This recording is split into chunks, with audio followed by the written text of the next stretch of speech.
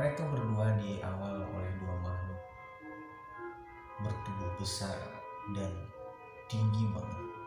Bahkan tingginya sampai melebihi batang-batang pohon itu. Dua makhluk raksasa itu membawa Bram dan Sekar.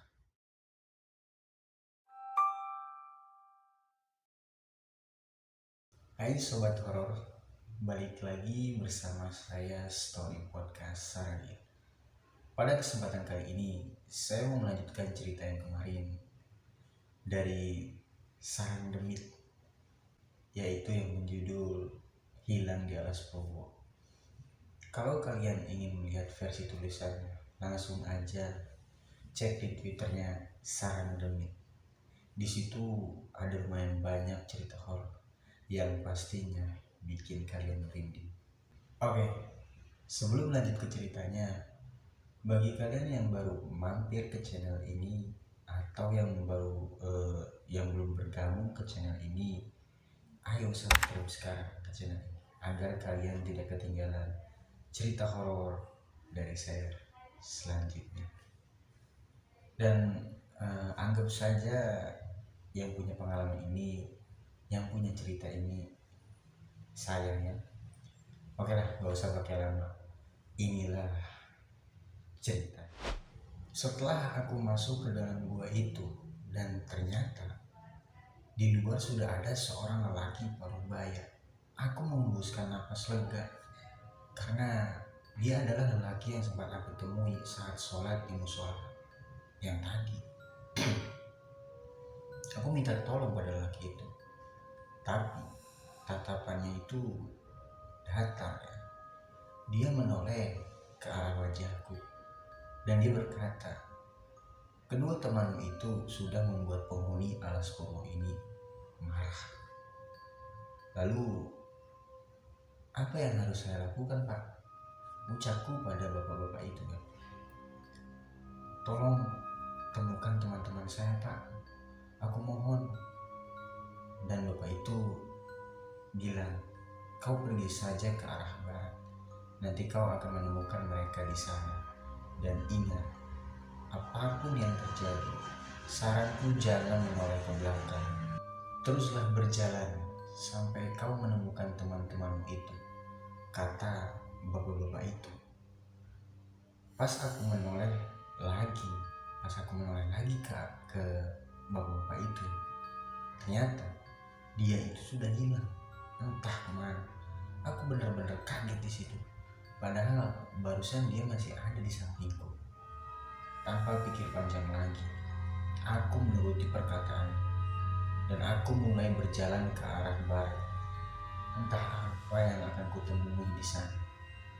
Semoga saja lelaki tadi benar kalau aku bisa menemukan Bambang dan si Sekar.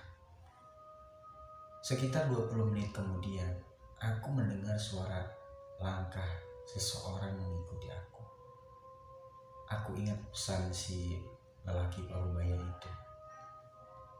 Apapun yang terjadi, jangan menoleh ke belakang. Saat aku berhenti, suara langkah kaki itu juga ikut berhenti. Dan tiba-tiba ada seseorang yang menyapaku dari belakang. Halo, begitu dia menyapanya.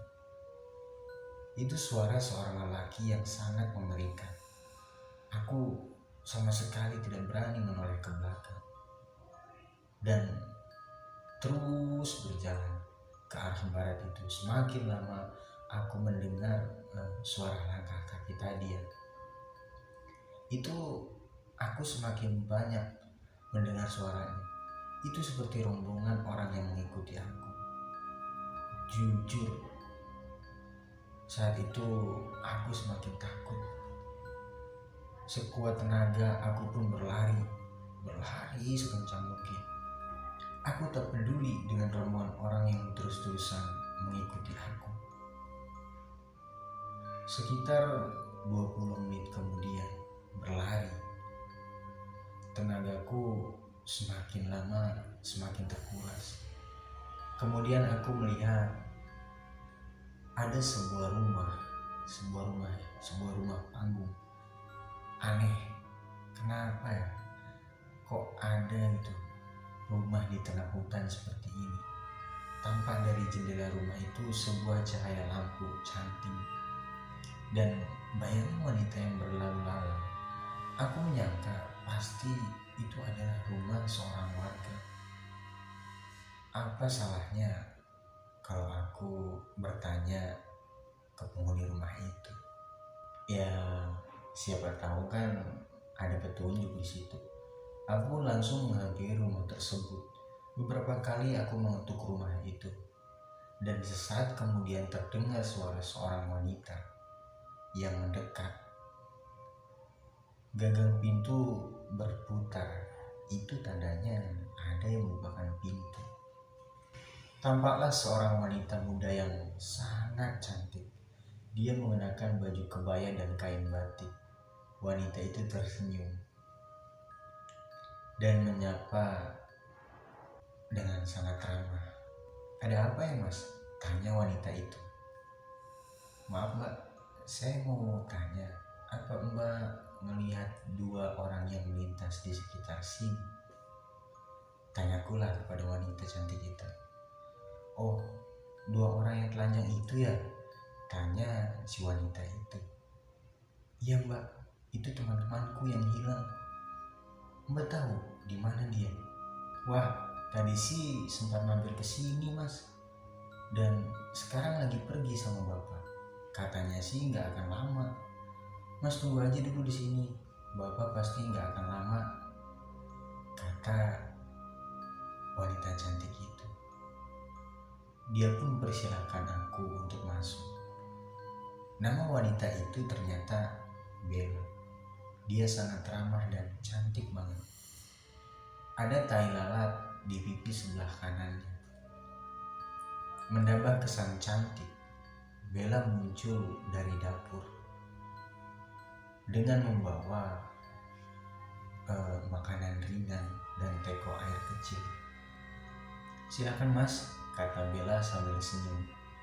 "Iya terima kasih mbak. Kalau boleh tahu bapaknya mbak dan kedua teman saya itu pergi kemana ya?" "Nah itu dia mas, saya nggak tahu. Tunggu saja ya mas, bapak nggak akan lama kok," kata wanita itu. Lagi-lagi dia berkata seperti itu. Ya di situ aku pun menurut saja.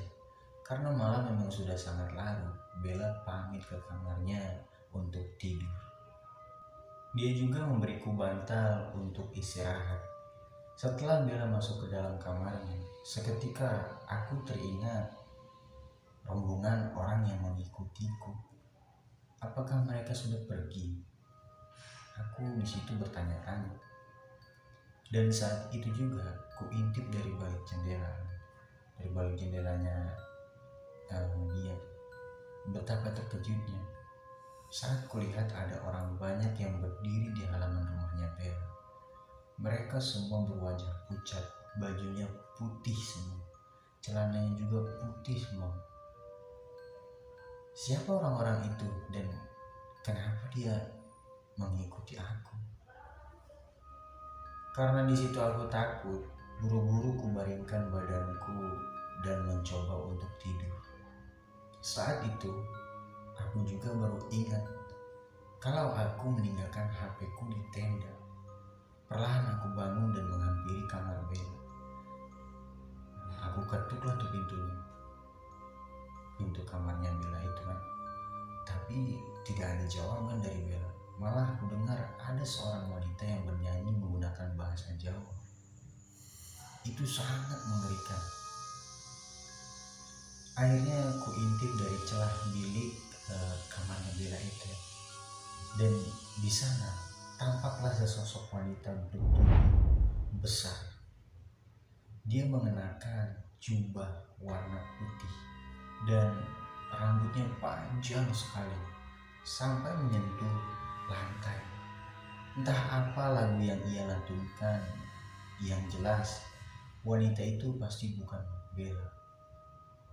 Dia membalikkan badan dan tampaklah wajahnya yang membusuk, penuh belatung. Di situ aku teriak dan lari ke arah dapur. Di dapur, kudapati banyak sekali sesajen. Ada pisang kemenyan yang masih mengumpulkan, kayak semacam mengepulkan asap gitu. Kembang melati dan berbagai macam jenis sesajen lainnya. Banyak sekali di situ.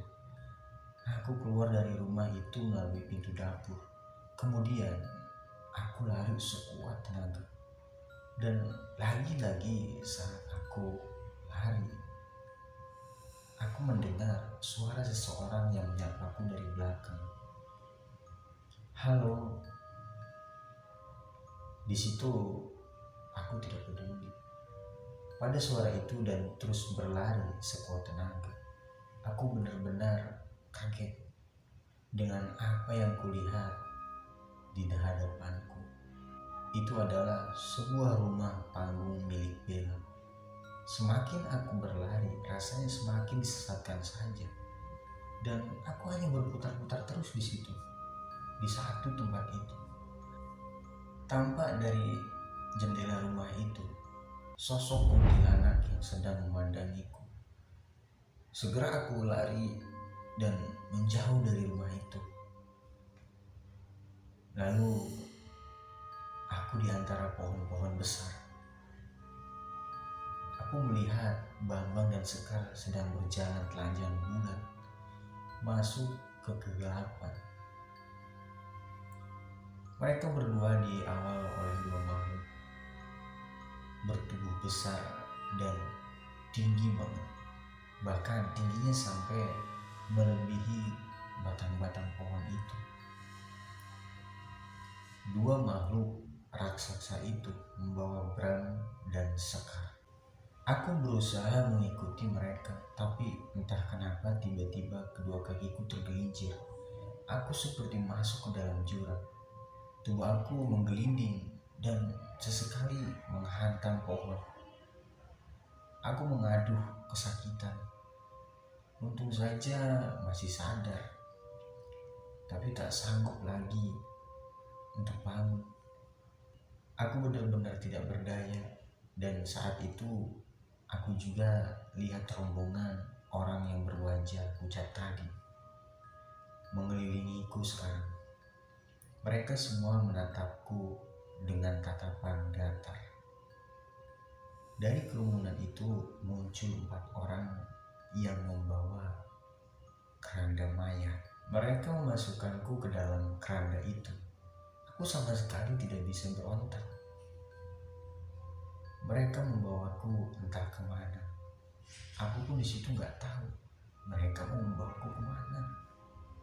Keranda itu ditutup kain warna putih, dan dari dalam keranda aku mendengar suara perempuan berbicara dengan bahasa Jawa. Begini katanya, "Mulih, niatmu apik." Begitu katanya. Entah apa yang terjadi selanjutnya. Aku benar-benar tak sadarkan diri. Dan saat siuman, aku sudah ada di pinggir jalan. Warga mengurumuniku. Tak lama kemudian ambulan datang dan mereka membawaku ke rumah sakit.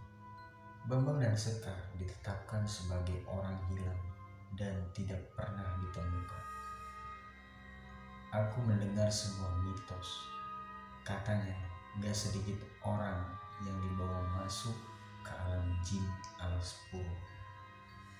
Bisa jadi Bambang dan Sekar ini juga masih hidup sampai sekarang, tapi mereka ada di alam jin. Oke teman-teman, gimana tuh tadi ceritanya? Tulis di kolom komentar bawah. Bagi kalian yang punya pengalaman mistis atau horor, kalian boleh kirim ke email saya. Link email saya ada di deskripsi bawah. Sebelum berpamitan, ingat ya, jangan lupa bagi kalian yang baru mampir atau yang belum bergabung ke channel ini, kalian bisa kalian tinggal subscribe, like buat yang suka, dislike buat yang tidak suka. Oke, terima kasih.